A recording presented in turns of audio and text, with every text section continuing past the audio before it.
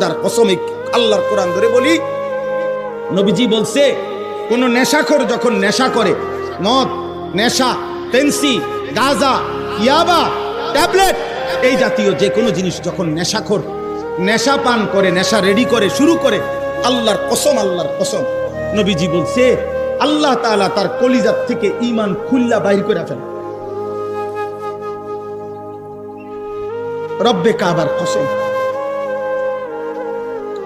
আল্লাহ তখন বলে, এই নেশাখোর এদিকে আয়, আমার ঈমানটা আমারে দিয়া যা, যা বেঈমান এবার যা।